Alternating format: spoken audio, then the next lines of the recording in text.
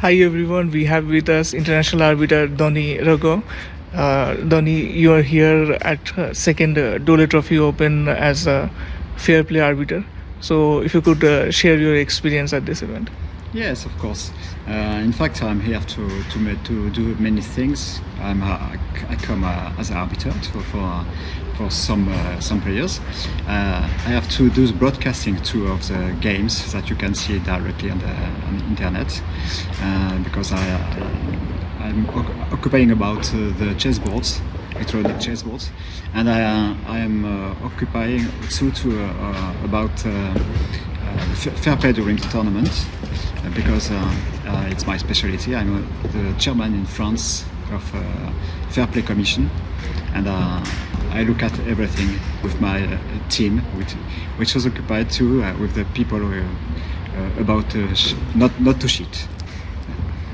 I found that more than a decade you have officiated, I think, close to 300 events, and most of them you were in as a chief arbiter. Yeah. So here you are managing live games as well as fair play. So how different, like how easy or difficult it is compared to being a normal arbiter? No, because to be arbiter is something complicated. In fact, because we have to think a lot, so many things. But I like to do so many things at the same time. It's my job. It's a habit, just a question of habit, and I can do everything, broadcasting, arbiter, fair play at the same time. Just a question of organization. Well, Denis, we would like to know your chess journey. Like before you were arbiter, how did you get into chess and when did you start? I began to play chess. I was 7. I live at this moment in south of Marseille, a very famous city in France. And I had a club just beside my home, and I began because it was very interesting at the beginning. And after, when I grew up, I began to play in clubs, and I played a lot. My rating has increased, and after I became a student, when I was a student, it was more difficult to play, and I encountered my wife, and after I had children, and it was more difficult to play. So when I played, it was very complicated because it takes so many times. And one day, my president of my club said to me, we would like to have an arbiter if you're interested. It was in 1988. And I said, okay, why not? It could be interesting. In fact, it was really interesting, especially when you increase your level as an arbiter. You encounter a lot of people. It's very, very pleasant, and you speak with anybody, and you encounter very great players and nice people, and it's nice. It's a thing I like a lot. And I became international arbiter in FIDE arbiter first in 2019, and after I became international arbiter in 2020, just before the COVID, just several weeks before the COVID. So I had to wait for a moment to act as an international arbiter in competitions. And it was not good for me because I wanted to do many things and it was impossible. But when it finished for the COVID, I was asked to arbiter for Etienne Bacrot for a special competition during special moments that he spent with his students, and I came again inside the competitions, and it was really easy to act again. I acted again during the French championships. As I have many tasks about chess, I became director of different competitions in France, Coupe de France, National, and now I'm a little famous. It's funny for me. I became a little famous during arbitering, and I'm known as somebody relatively serious, even if it's not the case in private. It's only during the games. And after it was really pleasant to arbiter again and again and again. I'm very asked, and I will be next week in a European Championship in Greece. Now I arbiter a lot of competitions. So from a player to arbiter, how did you make the transition? Like, how did you get into this officiating side of the sport?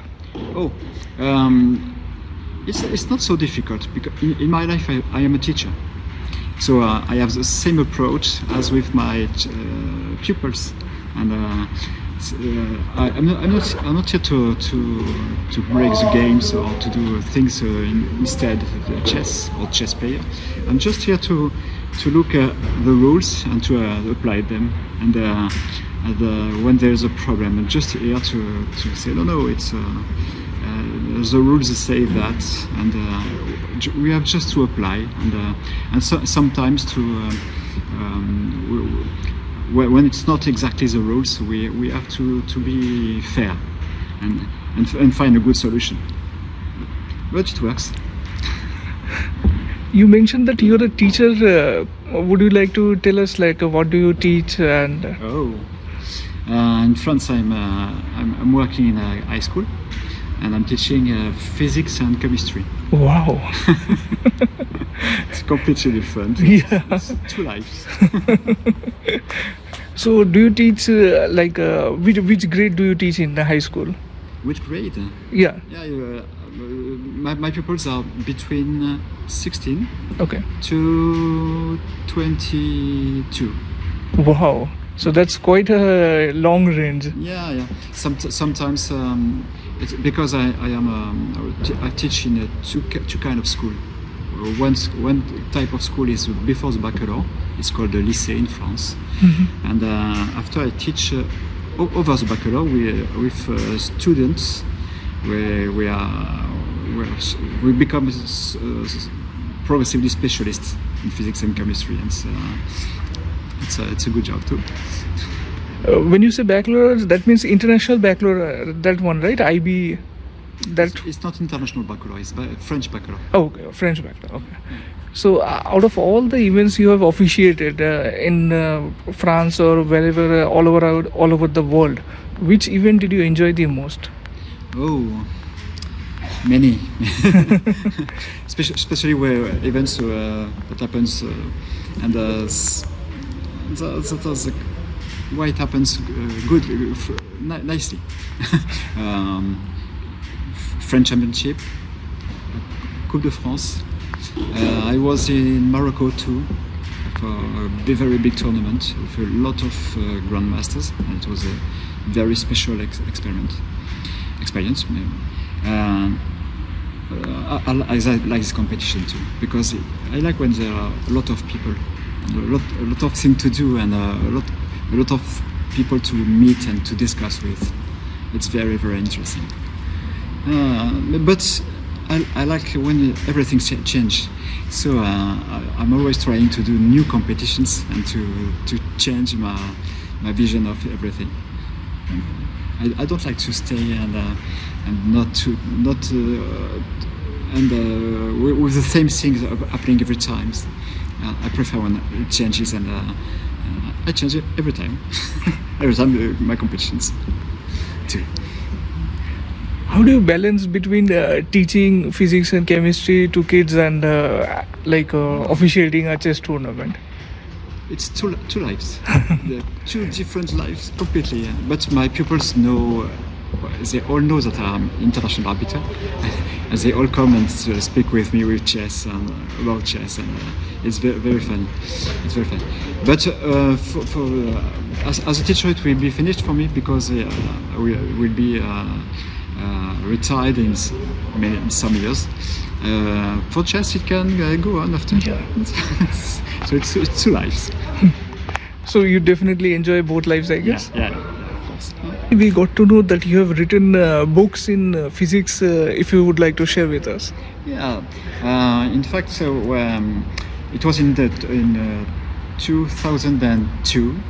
I had one of my friends. We were writing books for school, and they asked me if I was interested for participating to the writing of these books. And I said, okay, why not? It could be interesting.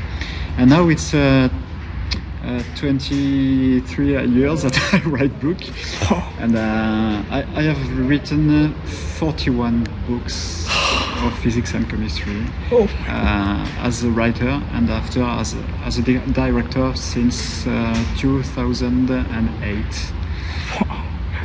That's another job. Interesting too. So are the books available in French or English or both languages? No, it's only for France, for French school. Okay. And I sold about more than 1 million books. Oh my god. Yes. yes. And for a big company in France, which is make books for school. So not only you are a like physics chemistry teacher and a chess arbiter, but also a like huge bestseller author of physics books, huh? Yes. 1 million is a huge number. That's my life. Wow. What's next for you? What's next? Yeah. Word? Oh, next word.